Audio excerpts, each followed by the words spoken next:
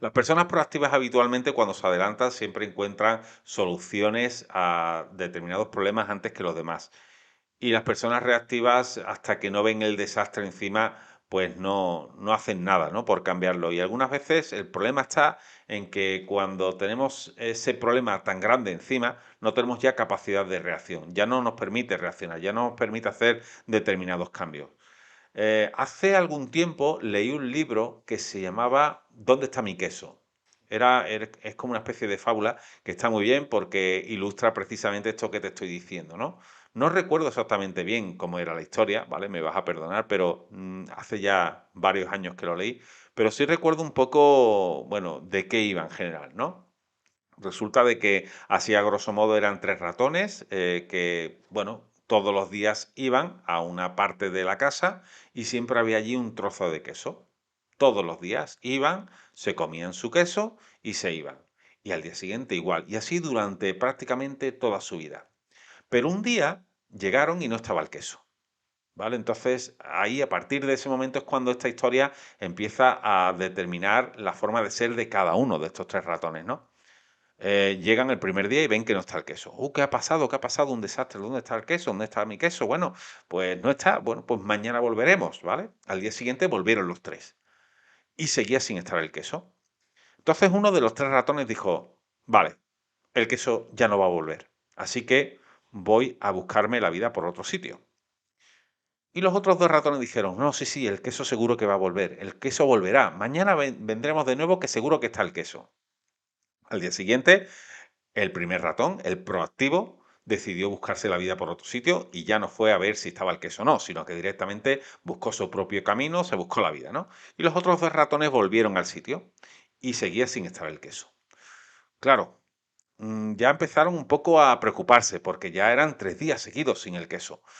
¿Qué hacemos? ¿Qué hacemos? Bueno, yo creo que sí, tiene que volver, el queso tiene que volver. Era como ya, era algo obligatorio, ¿no? Que el queso estuviera ahí, cuando en realidad no era obligatorio, era algo que se habían encontrado ahí durante todo el tiempo, durante toda su vida, y daban por hecho que eso tenía que estar ahí sí o sí, que había alguien que obligatoriamente tenía que dejar su queso ahí. Así que volvieron al día siguiente de nuevo y seguía sin estar el queso. Bien, de estos dos ratones que había, uno de ellos empezó a entender que quizás el primer ratón tenía razón, que quizás el queso ya no volvería.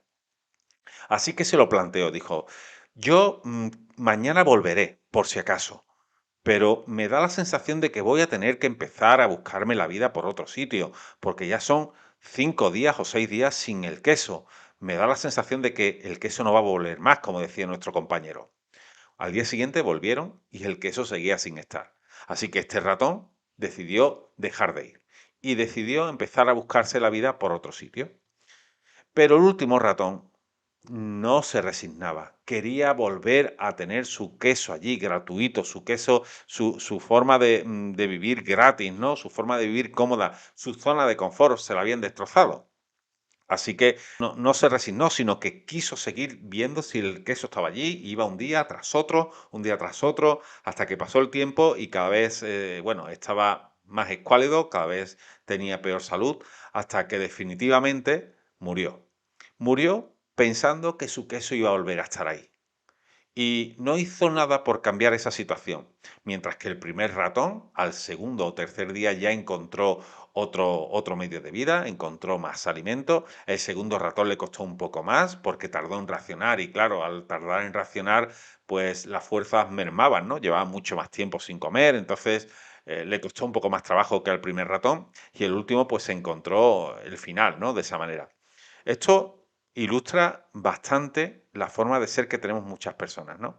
Porque yo recuerdo que cuando leí aquel libro, em, me llevé la sensación de que yo era el segundo ratón. Me dio la sensación de que yo era de esas personas que era proactiva, pero no lo era lo suficiente. Siempre esperaba a tener la certeza de que tenía que cambiar, ¿no? No era como el primer ratón que en el primer momento dijo, no, esto no va a volver, así que me voy. Y esa seguridad te la da quizás la experiencia o la forma de ser de cada uno, ¿no? O algo innato, no lo sé. Pero lo que sí tenía claro es que yo no era el último ratón. Eso sí lo tenía claro. Alguien que reacciona tarde eso nunca va conmigo, nunca ha ido conmigo. Siempre he preferido reaccionar lo antes posible. Lo que ocurre que muchas veces no soy lo suficientemente proactivo como para que a la primera de cambio ya cambie la situación o busque otras alternativas. Porque entre otras cosas, creo que también hay que ser un poco prudente, ¿no? Creo que hay que darle un margen de confianza a las cosas. Esto trasladado a los negocios es así. Si algo te va mal en tu negocio, a ver, al principio tienes que darle un margen, tienes que estudiar a ver qué está pasando, tienes que controlar determinados parámetros, tienes que revisar diferentes alternativas y cuando ya consideres que efectivamente tu negocio no funciona, pues hay que hacer cambios, ¿no? Pero creo que tan malo es reaccionar demasiado pronto como el hecho de no reaccionar nunca, ¿vale? Así que creo que la prudencia también juega un papel fundamental. Aquí la clave está en encontrar el equilibrio entre reaccionar y ser lo suficientemente prudente como para no precipitarte, ¿no? Creo que ahí es donde está la clave definitiva de hacer o de llevar a cabo alguna acción, sobre todo cuando tenemos que tomar alguna decisión complicada, ¿no? Tomar decisiones en caliente no suele ser lo más adecuado. Algunas veces acertamos, pero en la mayoría de las veces cuando tomamos decisiones desde extremos nunca es bueno, ¿no? Y esto lo dicen los expertos.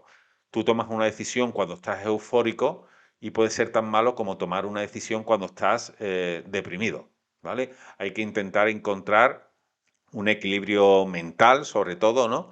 Para poder ver todas las posibilidades y tomar la decisión adecuada.